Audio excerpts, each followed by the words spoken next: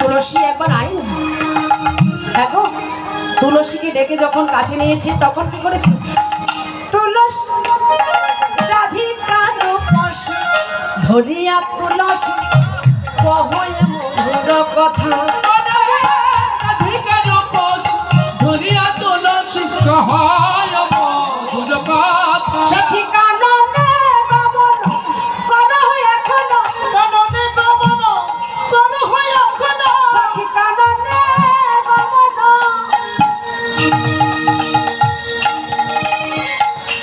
তুলসী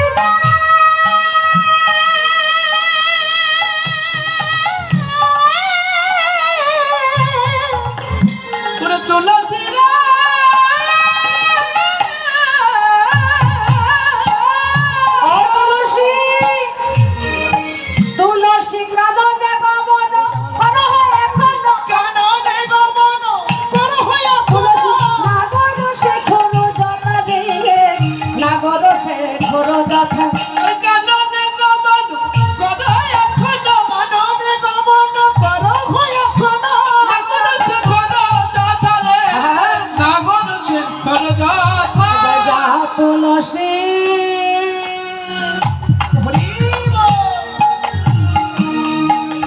তুলসী দেখে আরে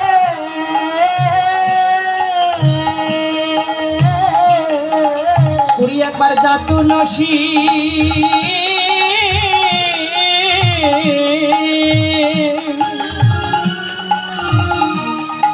তুই দেখে আয় রে। ওরে আমার প্রাণ বল্লা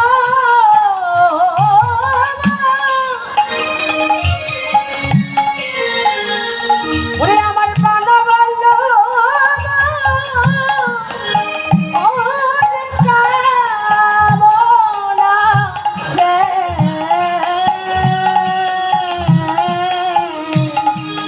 একবার যা তুলসী রে আই তুলসী দেখে কেমন আছে। তুলসী দেখে তুলসী দয়া করে একবার দেখি হয় না আমার বধূ কেমন আছে। আমার মন বলছে বধূ ভালো নেই। এই এই রাধে দাঁড়া না, কি বললি আরেকবার বল না। মানে তোর মন বলছে? বলছে আমার মন বলছে বধূ ভালো নেই। কেন বধূ ভালো নেই কি করে বুঝলে? তুই তো ঘরে বসে তোর বধূ। বলছে সজনী আমি ঘরে বসে বটে, কিন্তু আমার মন কেন বলছে জানিস? আমার এই মনটা তার চরণে সঁপে দিয়েছি। এই দেহটা পড়ে আছে ঘরে, কিন্তু আমার মন প্রাণ সব তার চরণে বাঁধা। তাই আমার মন বলছে বধূ ভালো নেই। তাই একবার গিয়ে দেখে আয় না, আমার যে ভালো লাগছে না কিছু। যখন রাধারানী মিনতি করছে তুলসী বলছে বেশ তুই যখন বলছিস তখন তো দেশে যেতেই হবে। তখন এবার তুলসী সেই বধূর কাছে মানে গোবিন্দের কাছে যাচ্ছে। এই তুলসী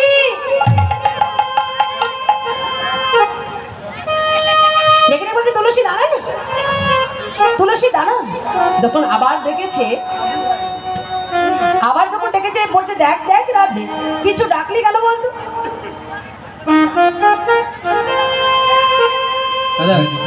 বন্ধ হয়ে যাচ্ছে জেনে তাই বলছে কি দেখো, বলছে দেখ রাধে তুই ভালো করে জানিস যে কোনো শুভ কাছে কেউ যদি পদার্পণ করে মানে এগুতে থাকে তাকে পিছু ডাকতে নেই, অমঙ্গল হয়। তুই কেন ডাকলে বলতো? আমি তো যাচ্ছিলাম তোর বধূর কাছে। বলছে তুলসী গেলে কি হবে? যখন তখন গেলে হবে না রে, আমার বধূর কাছে যাইবি কিন্তু যখন তখন নয়। তবে কি করতে হবে? সখীরে শোন শোন, সখী শোন শোন, যখন তখন গেলে হবে না। সময় বুঝিয়া খরস হইয়া মিলবি আগর খান সখী সময় বুঝিয়া সরস হইয়া মিলবি না গোর কি বললি? বলছে হ্যাঁ সময় বুঝে সরস। সরস মানে কি? নিজস্ব রস। রস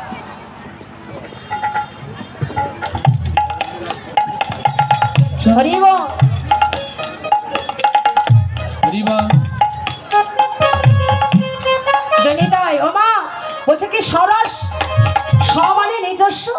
রস মানে তো বুঝেছি, মানে বলছে তোমার সরস যদি না থাকে, নিজের দেহে যদি রস না থাকে, তাহলে কি সময় গেলে সাধন হবে না, তাই তো? তো বলছে দেখ, আজ সময় বুঝিয়া সদস্য হইয়া মিলবি না কাঁধে, সময় বুঝিয়া খরচ হইয়া মিলিবে না গোরক্ষা। ওরে চতুর নিকটে কহিবা কপট, চতুর নিকট কহিবা কপট, চতুর নিকটে কহিবা কপট, চতুর নিকট কহিবা কপট, রাখিবা আপন মান, সজনে রাখিবা আপন মান। চতুর নিকট কহিবা কপট, চতুর নিকট কহিবা কপট, রাখিবা আপন মান রে, রাখিবা আপন মান। এবার সম্মান যেন তুই হারাস না রে, মান যেন তুই হারাস না রে, মান যেন তুই হারাস না রে, মান যেন তুই হারাস না রে। তুইও না রে আমিও না রে, মান যেন তুই হারাস না রে। তুইও না রে আমিও না রে, মান যেন তুই হারাস না রে। এই শোন না, দেখ তুই নারী আমিও নারী, তোর মান গেলে আমার যাবে, আমার গেলে তোর যাবে, জয় তার রাম। মানে আমরা একই দলের লোক, তাই না?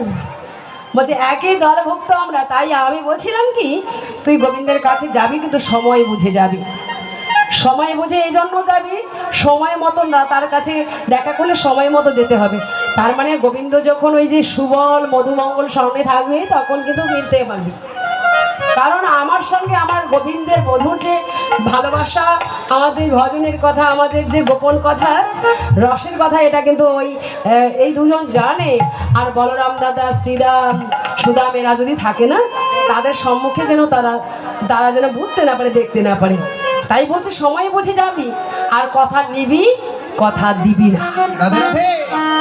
বলছে কথা নিবি, কথা দিবি না, কারণ কথা দিলে রাখতে হবে। তো আমরা চিন্তা করবো কেন? চিন্তা যদি করতে হয় সে করবে, আমরা করব না। তাই তুই তার কাছ থেকে শুধু কথা নিবি। তাই বলছে সময় মতো মিলে যাবি। কেন মা? সময় মতো মিলে যাবি, মানে সময়ে মতো মিলবি, অসময়ে গেলে হবে না। কারণ একটাই, সময় গেলে সাধন হবে না, তাই তো? সময় গেলে সাধন হবে না। কেন হবে না? কারণ দিনের ভজন যদি দিনে, এই যে বলছে যে তুই যদি সুবল মধুমঙ্গল এদের সঙ্গে থাকলে যদি দেখা করিস, তাহলে কাজে লাগবে। তার মানে কাজে লাগবে, বলতে পারবি ভালো মন্দ, কেন পাঠাচ্ছি, কী জন্য পাঠাচ্ছি, কে পাঠিয়েছে, এগুলো শেয়ার করতে পারবে। আর দুটা একটু মধুর কথাও হবে। কিন্তু যদি শ্রীরাম, সুদাম, দাদা, বলরাম থাকে, তাহলে তো হবে না। তাই বলছি একটু সময় থাকতে, মানে সময় মতো বুঝে শুনে দেখে তবে মিলে যাবে।